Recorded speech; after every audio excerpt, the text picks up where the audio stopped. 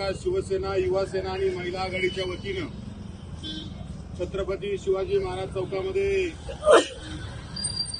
एक वेगळं आंदोलन या ठिकाणी आज आपण बघतोय।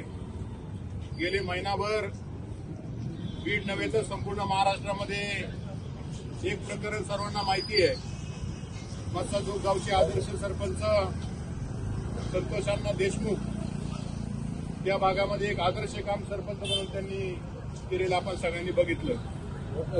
आणि हम करे सो कायदा म्हणजे जणू काही आम्ही म्हणजे त्या भागाचे राजे आहोत आणि स्वतः मुघल असल्यासारखा दबदबा जनता राहिला त्या वाल्मिक कराड टोळीने अगदी गट रचून त्या आदर्श सरपंचाची हत्या केली।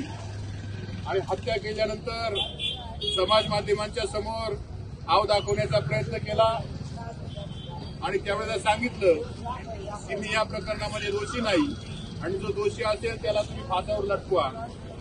आणि पोलिसांनी देखील त्या प्रकरणाची सखोल चौकशी केली आणि काल तुम्ही बघितलं असेल की चार्जशीटमध्ये मुख्य आरोपी म्हणून हा वाल्मिक कराड हा वाल्या त्या ठिकाणी मुख्य आरोपी आहे। आणि मग संपूर्ण महाराष्ट्रामध्ये ज्या वेळेला आदरणीय सरपंच साहेबांचे फोटो बघितले अक्षरशः महाराष्ट्र रडला, पाय मोकळून रडला।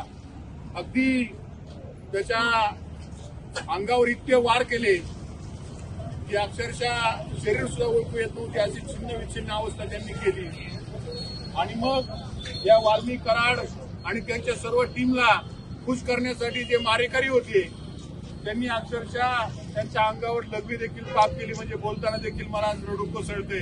अशा या नराधमाला फाशी झाली पाहिजे म्हणून राज्यभर आंदोलन सुरू आहेत। सकाळी 11:30 वाजता आमच्या युवा सेनेचे सचिव आदरणीय पूर्वेशभाई सरनाईक यांचा फोन आला की पुणे जिल्ह्यामध्ये शिवसेना आणि युवा सेनेच्या वतीनं मोठं आंदोलन झालं पाहिजे आणि हा जो नराधम आहे हा महाराष्ट्राकडे वाकड्या नजरेने बघणारा नराधम आहे, याला फाशी आणि फाशीच झाली पाहिजे।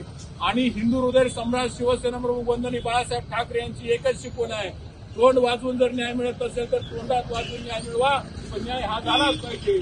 या उक्तीप्रमाणे शिवसेना जरी सरकारमध्ये असली, भाजपची सरकार, भाजपचा शिवसेना राष्ट्रवादी तिघांचं सरकार आहे, परंतु हा या तिघांच्या डोळ्यामध्ये ढुळपेट करून त्या ठिकाणी करोडो रुपये ठेवलेले आहेत। आणि अशा प्रवृत्ती या महाराष्ट्रातून हद्दपार केल्या पाहिजे, महाराष्ट्रामध्ये या प्रवृत्ती फिरल्या पाहिजे।